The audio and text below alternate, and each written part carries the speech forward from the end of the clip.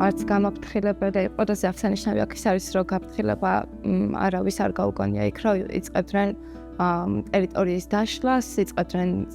გაზის გაშვებას, იწყებდნენ ტყუების გამოყენებას, აი როც არსაიდან დაიწყეს ამ ყველაფრის გაკეთება და იმიტომ იყო ამ ადამიანებისთვის წარმოუდგენელი, რაც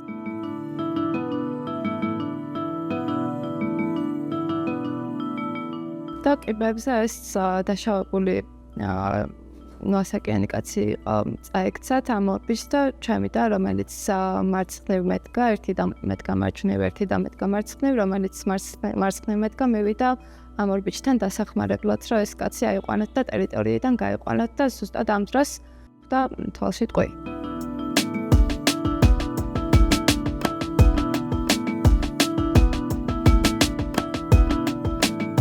შემდეგ უკვე მახსოვს რომ დავიყვირე, რომ ჩათვისაც მოექციათ ყურადღება. და მახსოვს ორი ბიჭი მოვიდა, ამიყვანეს ხელში და წამიყვანეს სასწრაფოს მანქანაში და ყველაზე ცუდი ის იყო, რომ სასწრაფოს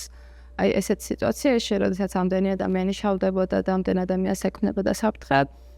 სასწრაფოს მანქანები იყო ძალიან ცოტა და იყო ძალიან მოშორებით პარლამენტის შენობიდან. და მახსოვს რომ ძალიან დიდი მანძილი გავიარეთ იქამდე რომ ვისულიყავით სასწრაფოს მანქანაში.